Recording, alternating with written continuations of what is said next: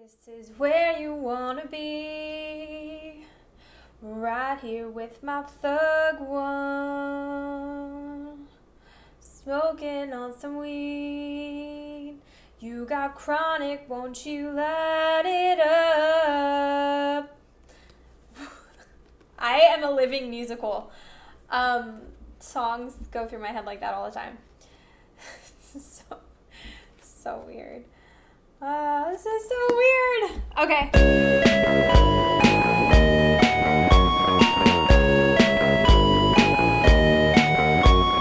So, I'm redoing this apartment, and it's a work in progress.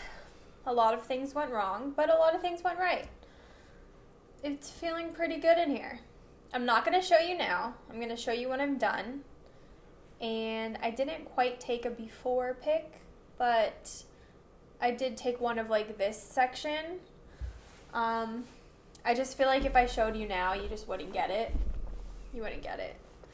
It's almost like watching an artist work. Interior design is like if you see the work in progress and not the finished product, it's like watching an artist paint a picture or sculpt, and you kind of, or like, what is that? What are you doing? What are you doing? Like, what is that? Anyways, it makes me anxious. So this is gonna be a little bit of an experiment. You'll see, I'm doing some experimental videos. A lot of like things that come to me at weird times, like when I'm cooking or when I'm cleaning or when I'm shopping or like right when I wake up in the morning. So I may just, since all I'm doing right now is just like sitting here and talking, I may just try to do some more of those types of videos where they're like action shots. And me talking. So we'll see about that. We'll see how it goes. I don't usually talk out loud. I'm usually in my head. So it'll be an interesting experiment for me to talk out loud while I'm doing stuff instead of just listen to the talk that's going on in my head. What do we have going on today? So, with that said, I am going to read off a few different things. Maybe, I'm not really sure what this kind of series of videos is going to be called, but it's basically like what my basic understanding of things is and like where that mentality comes from. And it's not like everything, but there's a few things. Like today, every day I open the book Think and Grow Rich by Napoleon Hill. It was the book that made the biggest impact on me in 2015. Maybe it was 2016. I think it was 2015. So it was a book that made the biggest impact on me in 2015. And I read all of my books on my phone. So I don't have a lot in print. But I recently read a book about writing, and it says to keep your favorite books or your favorite like pieces, the ones that like spark your creativity or your mind thoughts, to keep them close to the desk. So this is going to be like my writing desk. It's not here yet. It's on its way. It's beautiful. I can't wait till it's in the space. So I wanted to get Think and Grow Rich because it was the book that had the biggest impact on me and in 2015, and I want to keep it nearby because it's business, but it's mostly spiritual. So today I read something from the book and it kind of just like made my head go off. I don't remember what it is now, but I did mark it, so I'm going to read it and I'll give you the live interpretation. And then there's a couple other things. I just feel like this is TIFF TV. It's like TIFF Talk.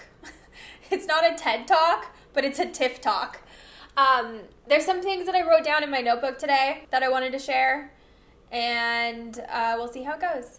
So let's start with Napoleon Hill, because that's how I woke up this morning. I got the The text that I read was, I think it was the newer version, but the one that I just bought is the official publication, the original unedited text, because I've actually been looking for this. So I live in New York. You probably already know that, but I love shopping for used books because I love originals. And in New York, there's used books all over the streets, especially around Union Square. And I love to go there and check out, like, see what catches my eye. And I've found some really, really, really cool original books. And I've been looking for this one for a while, mostly because the language in the newer one was edited out. I want to say it's in chapter 11, the Mystery of Sex Transmutation. And this was actually the chapter that had the biggest impact on me out of the entire book. And it's really funny that this is what I opened up to read today. I just noticed that. I'm kind of shocked because that's synchronistic. So this is the chapter that had the biggest impact on me, and apparently in this chapter they changed the word of one thing to a different thing, and the original has the original text basically, and that's more accurate than what they changed it to appeal to like a mass population. So I will let you know when I find that, and I'll let you know where it is, and I'll let you know what is on the original.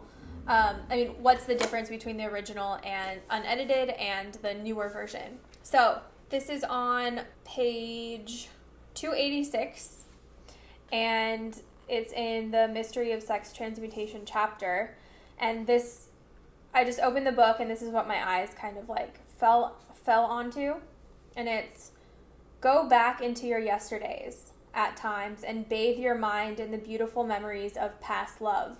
It will soften the influence of the present worries and annoyances. It will give you a source of escape from the unpleasant realities of life.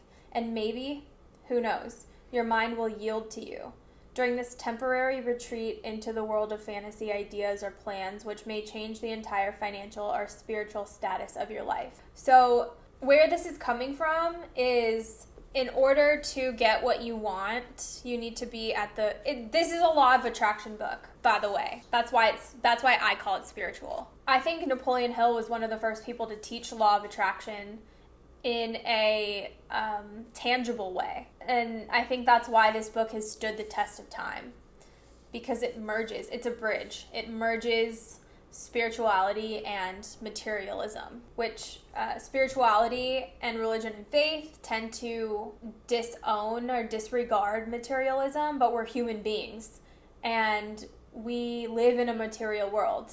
Living in a material world, material. That literally just popped in my head. So we're material beings, and we need to be able to function in this world and in this society in order to be happy, really. But the happiness comes from two different places. It comes from existing in that dual place and existing in a happy state while being a multidimensional being. So you have the spiritual side, the non-physical, and then you have the physical and material and non-spiritual. So when you look into the past about what you and you start to remember what you love and who loved you and how that felt, if you just hold the memory of that for 16 seconds, it will attract other vibrations and other memories of it. And so then all of a sudden you can't stop thinking about the times that you felt loved, when sometimes we can't stop thinking about the times that we felt unloved. And in order to get out of that, we have to kind of like reverse the pattern and spiral upwards by holding the positive thought for at least 16 seconds and then attracting more of it, rather than going the other direction, attracting more negative thoughts and more negativity. So when I originally read this morning, what I thought was, what if all of my memories of like my friends or my family, what if those are all negative? Because when I read this book, I was sort of in I was in a transition state. I would say I had just broken out of a very challenging relationship. I tend to pick, at least in the past, I tend to pick men who are really wrong for me. Just living up to the life that I was born into. My mom picked men or man that was wrong for her. Her mom did the same, and I'm sure generations before that was also the same. And so that was a pattern of mine that I had to break. And during this time, I found Think and Grow Rich. It was not the first time that I had been introduced to this book, but it was the first time I decided to read it. And I felt liberated, but at the same time, I knew there was a lot of like things to work through. Things like, why did I put myself in that situation? And how can I prevent doing that again, like falling into the same patterns? And so in order to figure out how to fall into different patterns, I had to observe what my patterns were. And some of those patterns were negative thinking. So positivity didn't come easy for me because I was in a really negative state. And the people I surrounded myself with were also really negative. They were people who blamed other people for their feelings. They were people who were unsupportive, who always went to the bad. Like, instead of thinking the best, they always thought the worst. The people who are always, like, mitigating risk. And just that type of, like, negativity. That was what I was around all the time. And maybe I was around it because that's how I was. But I didn't want to be that way. And so I changed. And now it's easier to identify positive moments, and I have things in place where I can look back at my book. Like I write, I wrote like an entire notebook full of things that make me happy and gratitude and positive memories.